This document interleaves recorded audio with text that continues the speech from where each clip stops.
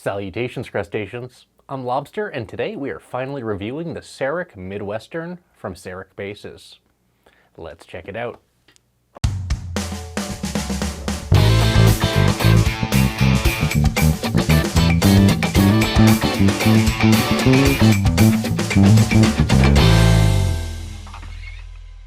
This is the Midwestern from Serek Basses. Jake Serek, the owner of Serek Basses, sent me this bass to review.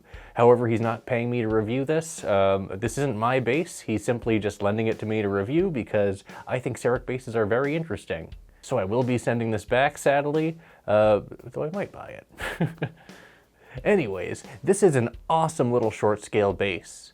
You may have seen my unboxing where we played it just a little bit, and honestly I was blown away with the fat tone of this little bass. The body and neck of this bass are both mahogany with a Chechen fingerboard. It's a very interesting fingerboard wood because you really don't see that often. It's a Mexican wood. Looks very good though, and pairs well with this mahogany. For electronics, we have a Serek B90 pickup. This is not the Lazenby that I put in my Gibson. This is the regular single coil B90 with a ghost coil underneath the pickguard.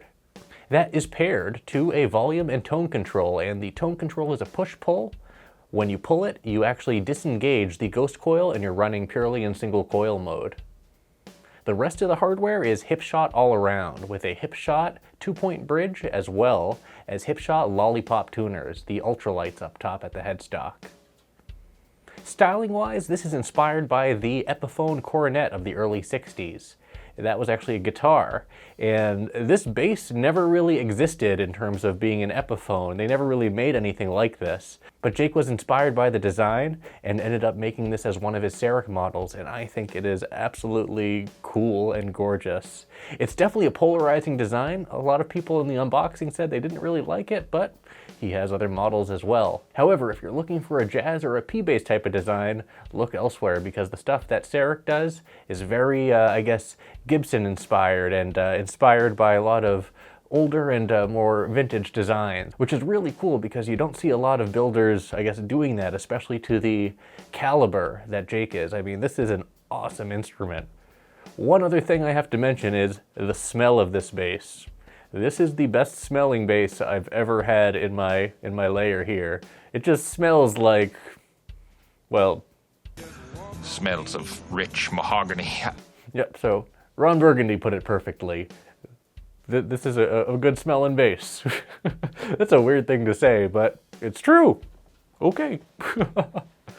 So as I mentioned, this is a short scale bass and you only have 20 frets. So if you're looking for a 24 fret, 4-band preamp, 8-string monster, this is not your bass. This is a very, very classic vintage inspired instrument, and it definitely feels like a warm sweater, you know? It's a weird analogy to make, but this bass is like a warm sweater, and I like that. So thank you, Jake, for making this instrument. I appreciate it.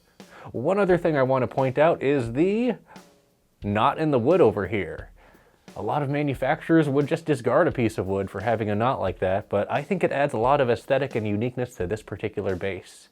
And it's nice to know that, you know, there's not going to be another Midwestern exactly like this one. It may have the same specs, it may have the same, you know, pick guard, pickup, etc., but there's not going to be another Midwestern like this one. And that makes it seem kind of special to me, so I just wanted to share that. It's kind of oddly sentimental, but yeah. Anyways, let's play this bass. You guys know what you need to do. Go ahead and hit that like button so my hand will turn back to normal.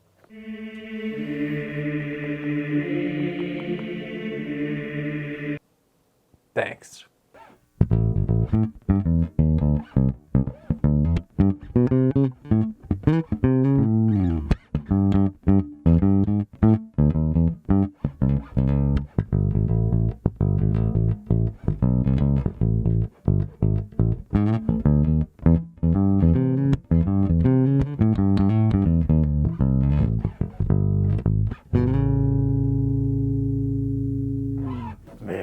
It's just an old school bass that has just an old school soul. Like you hear it, it's just thumpy and oof, it's good. The nut width here is 41 millimeters, so this isn't a teeny tiny short scale neck. This definitely has some meat to it, kind of similar to that of the Gibson Les Paul Jr. Tribute that I have and put the Serek pickup in. So this is a comfortable neck as well. It's not too meaty, especially for a short scale, but it's definitely comfortable. Now, because this is a single coil pickup with a dummy coil, this is still meant to maintain as much single coil character as possible.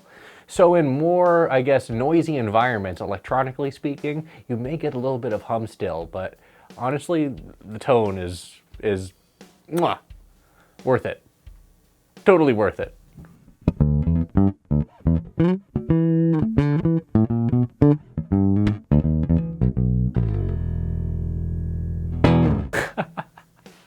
Man, like, listen to this thing. It maintains so much grunt and oomph all the way across the fretboard. You don't lose any of that muscle when you're all the way up here. Like,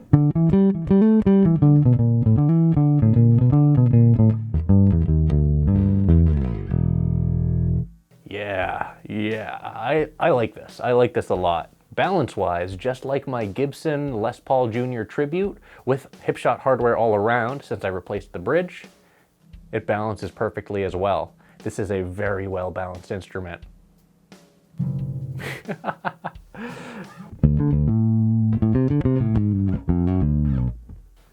Ooh. So let's go ahead and go through all the different tones that this has, and we'll be playing with a felt pick too. For all you who have asked about that, we're going to incorporate a felt pick into this one. I'm going to keep that right there.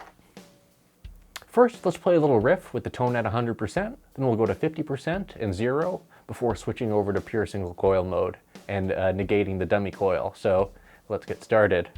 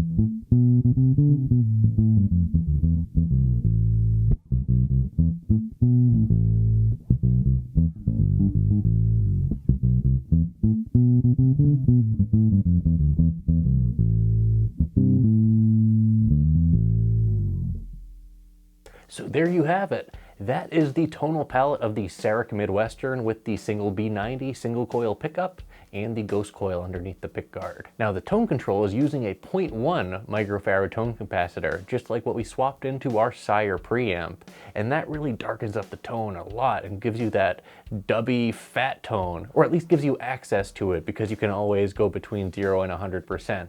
So this is a pretty flexible instrument considering it's a single pickup, single coil with a ghost coil.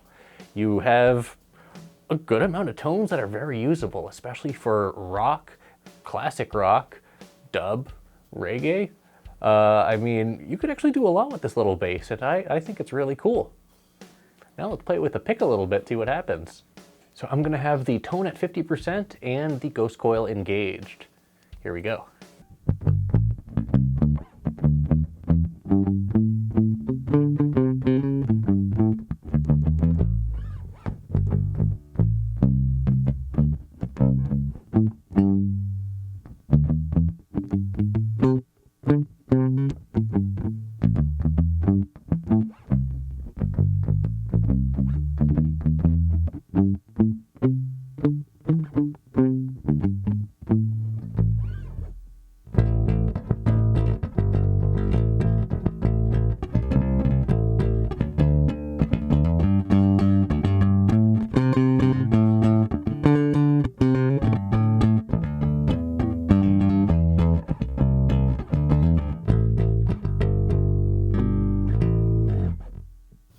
Yeah, I'm not the best with the pick, but I tried for you guys. Now let's go ahead and slap this thing.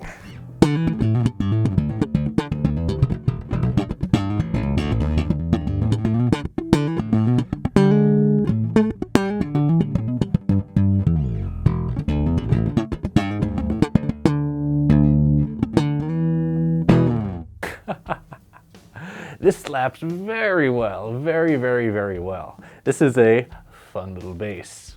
Now I'll turn the tone back up to 100% and let's put some drums behind it.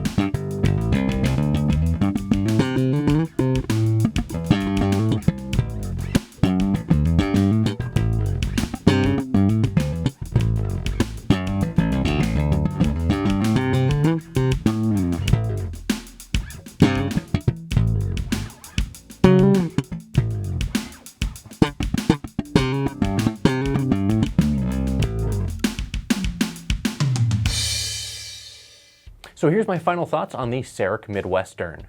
This is an excellent American-made, vintage-inspired instrument. I think short scales, especially high-end short scales, are becoming a thing now, as they used to be more of a novelty. Like the short scale was kind of the cheaper junior bass, but there's a lot of potential in quality short scales, and this definitely proves it. Price-wise, this particular example right here is $2,300, which is actually, when you look at the spectrum of American-made instruments, especially custom American-made instruments, on the more inexpensive side. This is right around where the Valenti Verrazzano series was priced. However, the Valentis are much more modern-inspired, or I guess vintage-inspired in a Fenderish way. This is much more of a Gibson inspiration here, so totally different tone palette and totally different audience that they're targeting here. The quality of materials is top-notch, as well as the craftsmanship. The pickup sounds great, and it's awesome to see new styles of pickups emerge that aren't your typical P&J pickup. So seeing a P90 inspired bass pickup out of a custom shop that isn't going to break the bank, that's a really cool feat that they've had this level of, I guess, customization in terms of having their own pickups and having a bass be relatively inexpensive in the spectrum of custom-made American handmade instruments. The use of high-quality hardware allows this bass to achieve excellent balance, and I think its construction is top-notch. The materials are top-notch and beautiful. I love the knot in the wood, how that imperfection adds character to this instrument.